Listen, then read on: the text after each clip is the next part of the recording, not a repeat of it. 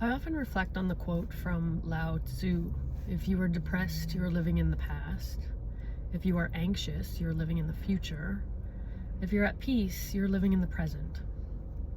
Although this tends to feel like an oversimplification of these states of being, when we look deeply, we can almost certainly prove it right. I've noticed repeatedly that during times of anxiety in myself, I'm thinking about all the things I need to do, the people I need to see, the tasks I need to complete, all future-based. When I bring myself back to the present moment, my heart rate tends to come back down. Now, I'm going to be very realistic here and say that I've most certainly not reached Eckhart Tolle's level of enlightenment, and therefore I'm not able to stay in that ever peaceful now moment for very long. Instead, when anxiety rears its head, I start shuffling through my bag of tools to make it go away. Okay, do some breathing. Okay, get into nature. Okay, put my feet on the earth. All with a desperate attachment to the outcome of feeling better, making it go away. I decided to attempt a new strategy recently, which came up in some great conversation I had with a dear friend. We discussed bringing awareness to pain as an observer, instead of trying to analyze it and find a way to fix it. Getting quiet and still, and allowing the pain to bring the answers to us. I was able to put this strategy into action recently while having some reoccurring pain from an old injury.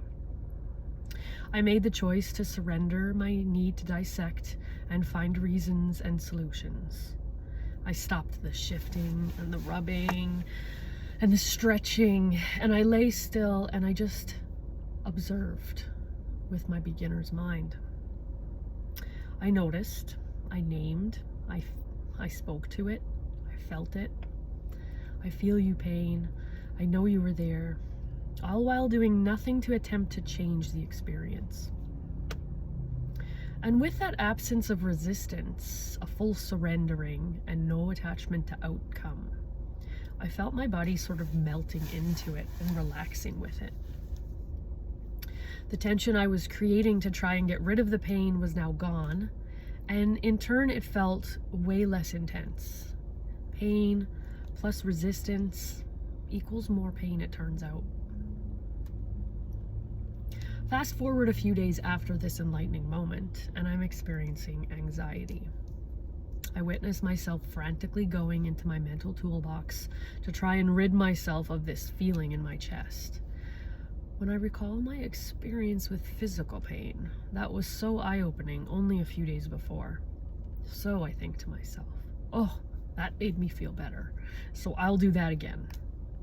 Well, you see what I've done there now. Now I've attached a desired outcome. I'm still trying to make it go away. Instead of noticing it and expecting nothing, now I'm noticing it and expecting to feel better. So it's become no different than all my other tools. I sit there going, ugh, this isn't working.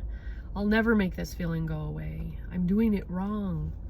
In hindsight, I'm now able to see that the reason my experience was so much more positive a few days prior was due to my beginner's mind. But that's how our human brain works, right? We look for patterns, we base our decisions and choices on previous experiences and outcomes, thinking we can duplicate a feeling. Beginner's mind is simple, but it's not easy. We try to unknow the effects of something in the efforts to experience it authentically again and again, to walk the same path and try and notice something new each time. It goes against our nature. We are creatures of habit because removing the unknown makes us feel safe. I do believe I was on the right track to attempt to find comfort in the observation of my anxiety. But what if the comfort comes not from having it go away, but from the acceptance that it is here? Instead of allowing frustration to creep in, let's embrace the freshness of curiosity that cultivates a beginner's mind. And maybe, just maybe, we might be okay with not being okay.